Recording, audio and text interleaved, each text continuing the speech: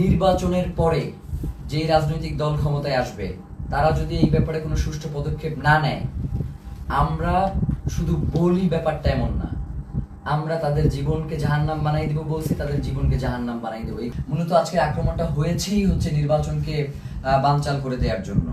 সুতরাং এই নির্বাচন অবশ্যই হতে হবে এবং সেটা 12 তারিখেই হতে হবে, এবং যারা নির্বাচন বানচাল করতে চায় তাদেরকে আমাদের রুখে দিতে হবে। আমরা কোনোভাবেই এই নির্বাচনকে বানচাল করতে দিব না, কারণ বাংলাদেশের জন্য এই নির্বাচন অত্যন্ত গুরুত্বপূর্ণ। প্রিয় ভাইয়েরা, সেই সাথে আমরা আপনাদেরকে স্পষ্ট করে যে জিনিসটা জানাতে চাই সেটা হচ্ছে শহীদ ওসমান হাদির হত্যার যে তদন্ত সেটা জাতিসংঘের অধীনেই হইতে হবে। আমাদের এখানে আমরা তাদের সাথে কথা বলেছি, তারা আমাদেরকে আশ্বস্ত করেছিল যে জাতিসংঘের অধীনে এটার তদন্ত হবে, কিন্তু তারা কোনো ধরনের সময়সীমা বেঁধে দেয় নাই। তারা ইতিপূর্বেও আমাদেরকে আশ্বস্ত করেছিল তারা ক্ষমতায় থাকা অবস্থাতেই শহীদ ওসমান হাদির হত্যার বিচার করবে, কিন্তু তারা সেই বিচার করতে পারে নাই। যার কারণে আমরা তাদের শুধুমাত্র কথায় আশ্বস্ত না হয়ে আমরা তাদের কাছে একটা দাবি করেছিলাম যে আপনি কবে নাগাদ এই কাজটুকু বাস্তবায়ন করবেন, এই চিঠিটা ইস্যু করবেন, সেটা আমাদেরকে জানান। এখন রাষ্ট্রের কাছে যদি আমাদের এতটুকু দাবি জানানোর অধিকার না থাকে, তাহলে তো বাংলাদেশ বলে কোনো রাষ্ট্র এই মুহূর্তে সাস্টেইন করবার কথা না। এখন তো এই রাষ্ট্র তাহলে অন্য দেশের প্রক্সি দিচ্ছে এই রাষ্ট্র কোনো না কোনো ভাবে।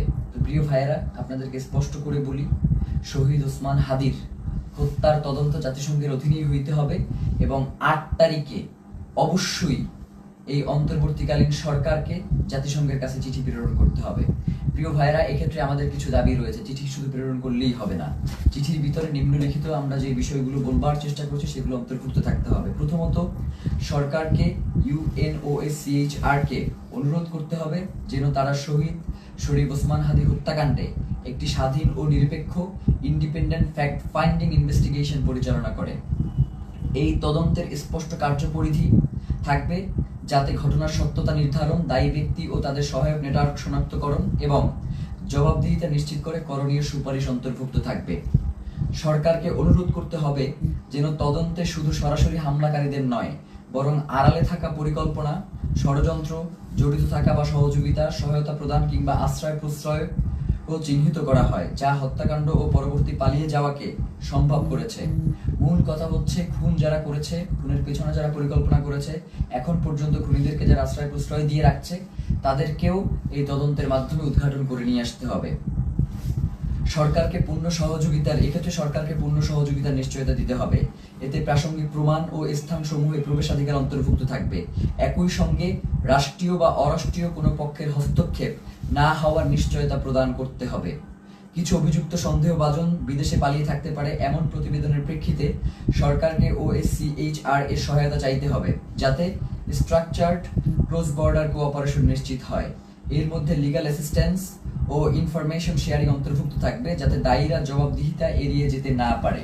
মূল কথা হচ্ছে, শহীদ ওসমান হাদির হত্যার তদন্ত জাতিসংঘের অধীনেই হইতে হবে এবং এই তদন্ত কাজ যাতে কোনো ধরনের বাধাগ্রস্ত না হয়, সকল ধরনের সহযোগিতা এই রাষ্ট্রের পক্ষ থেকে নিশ্চিত করতে হবে।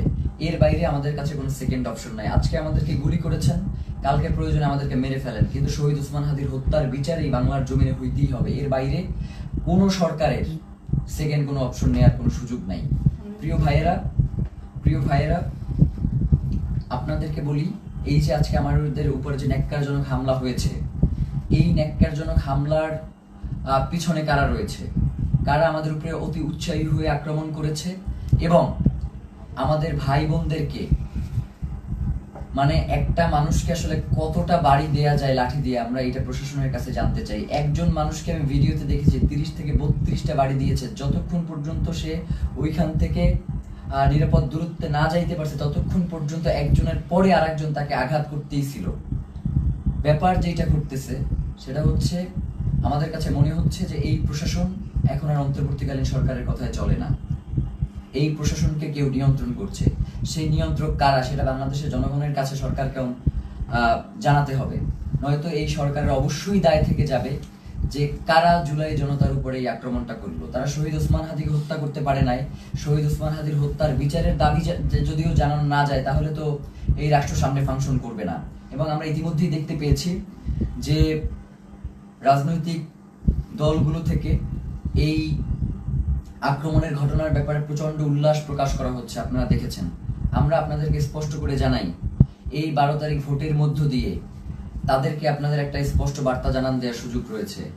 আপনারা 12 তারিখ তাদেরকে ভোটে পরাজিত করে ইনসাফ ও বাংলাদেশের স্বাধীনতা সার্বভৌমত্বের একটা রাষ্ট্র গড়ে তুলবেন, এমনটাই আমাদের প্রত্যাশা। এবং গণভোটে অবশ্যই আপনারা হ্যাঁ দিবেন, কারণ জুলাই সনদ বাংলাদেশের জন্য অত্যন্ত গুরুত্বপূর্ণ। এর সাথে বাংলাদেশের স্বাধীনতা সার্বভৌমত্ব, সীমান্ত, নিরাপত্তা সবকিছু জড়িয়ে আছে।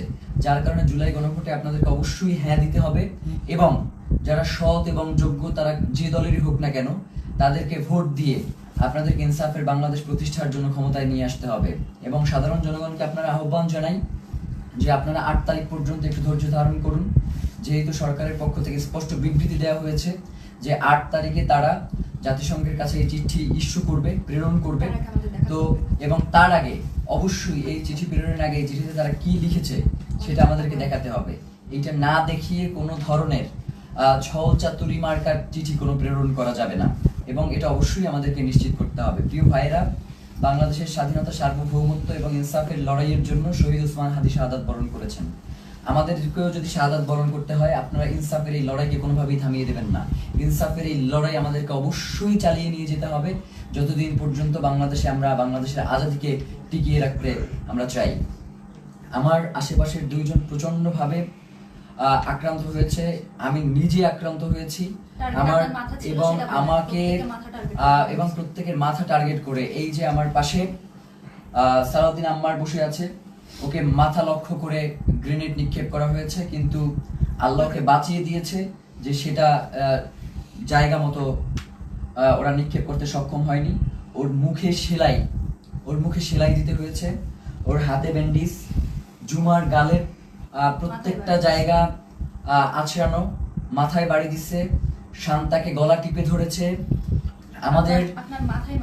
আমাদের এবং ইনকিলাব মঞ্চের যারা ভিতরে ছিল, আমাদেরকে ওখান থেকে আমাদেরকে গুলি করে, রাবার বুলেট নিক্ষেপ করে সরিয়ে দেওয়ার পরে তারা আমাদের যে সকল ভাই ভিতরে আটকা ছিল, শত শত পুলিশ গিয়ে তাদেরকে নির্বিচারে পিটিয়েছে। ফাহিম সহ 2-3 জনের হাত ভেঙে গিয়েছে এই পিটানে। আমরা আমাদের আরেকজন কর্মী, যার অবস্থা খুবই সংকটাপন্ন ছিল, যাকে অক্সিজেন দিয়ে তারপরে হসপিটালে নিয়ে আসতে হয়েছে, এবং তাকে প্রচন্ডভাবে মাথায়, হাতে, কোমরে সব জায়গায় এত পেটানো হয়েছে যে সে এখন ট্রমাটাইজড। আমরা জানাতে চাই, এই সরকারকে বলতে চাই, আপনি অতি দ্রুত কারা এই আক্রমণ করেছে তাদেরকে চিহ্নিত করে বিচারের মুখোমুখি করেন, নয়তো যে কোনো পরিস্থিতির জন্য আপনাকে অবশ্যই দায়ী থাকতে হবে। কারণ বাংলাদেশের জনগণ ততক্ষণ পর্যন্তই শান্তিপূর্ণ যতক্ষণ পর্যন্ত জুলাইয়ের প্রেক্ষাপট তৈরি না হয়। আপনারা কিন্তু খুব তাড়াতাড়ি একটা জুলাইয়ের প্রেক্ষাপট তৈরি করে ফেলতেছেন। এখন যদি আপনারা এটাকে কন্ট্রোল করতে না পারেন, তাহলে বাংলাদেশের স্বাধীনতা সার্বভৌমত্ব কিন্তু টিকবে না। এবং আপনাকেও, প্রধান উপদেষ্টা আপনি আছেন, আপনি আমেরিকাতে চলে যাবেন সেটা হবে না। আমাদের কাছে জবাবদিহি করে এরপরে আপনাকে আমেরিকা যেতে হবে যে কেন জুলাই জনতার উপরে, শহীদ ওসমান হাদির ভাই বোনদের উপরে এভাবে ন্যাক্কারজনক হামলার মতো ঘটনা ঘটানো হলো। ছাত্র ভাইদেরকে উদ্দেশ্য করে বলি যে আমাদেরকে ধৈর্য ধারণ করতে হবে, এবং আমাদেরকে এই লড়াই কৌশলের মধ্য দিয়ে আমাদের যাতে মনোবল ভেঙে না যায়, আমাদেরকে সে ব্যাপারে সচেষ্ট থাকতে হবে। এই লড়াই তো একদিনের লড়াই না, আমাদের আজাদির লড়াই চলছে এবং আজাদির এই লড়াই চলবে। আমাদের এখন পিঠ থেকে গিয়েছে, আমাদের আসলে আর পিছনে যাওয়ার কোনো সুযোগ নাই। এখন থেকে আমাদেরকে সামনেই এগিয়ে যেতে হবে। 8 তারিখ পর্যন্ত যেহেতু সরকার সময় চেয়েছে, আমরা সরকারকে সেই সময়টুকু দিলাম। সে যদি এই সময়টা আগেই ঘোষণা করতো তাহলে তো এই ধরনের কোনো পরিস্থিতি তৈরি হতো না। যার কারণে আমার কাছে মনে হয় যে সরকার ইচ্ছাকৃতভাবে এই ঘটনা ঘটিয়েছে, এর দায়ভার সরকারকেও বহন করতে হবে। বাংলাদেশের জনগণ এই অন্তর্বর্তীকালীন সরকারকেও ছেড়ে দেবেন, এটা বলে দিলাম। আজকের মতো আমরা সবাই প্রচন্ডভাবে আহত অবস্থায় এখানে বসে রয়েছি। ফাহিমের দেখেন যে পুরো ট্রাউজারটা ওর রক্তে লাল হয়ে আছে, আমার পুরো পাজামার রক্তে লাল হয়ে আছে, ওর পুরো হাত আঙুল ভেঙে গেছে, মুখে সেলাই দেয়া। এবং এইভাবে প্রত্যেককে এমন ভাবে আক্রমণ করা হয়েছে, আল্লাহ আমাদেরকে রক্ষা করেছেন, নয়তো তাদের যেই ধরনের আজকে আক্রমণের ভূমিকা ছিল, তারা আমাদেরকে খুন করবার উদ্দেশ্য নিয়ে এই আক্রমণটা করেছে। তো আমরা আমাদের এক ভাইকে হারিয়েছি, আমাদের কোনো হারানো, এরপরে যদি আমরা আমাদের কোনো ভাইকে হারাই, এরপরেও নির্বাচন হইতে হবে, নির্বাচন পেছানো যাবে না। নির্বাচনের পরে যে রাজনৈতিক দল ক্ষমতায় আসবে, তারা যদি এই ব্যাপারে কোনো সুষ্ঠু পদক্ষেপ না নেয়, আমরা শুধু বলি ব্যাপারটা এমন না, আমরা তাদের জীবনকে জাহান্নাম বানাই দিব বলছি, তাদের জীবনকে জাহান্নাম বানাই দেবো, এই কথা বলেই শেষ করলাম। জুমার কিছু বলবার আছে? ধন্যবাদ। আসসালামু আলাইকুম।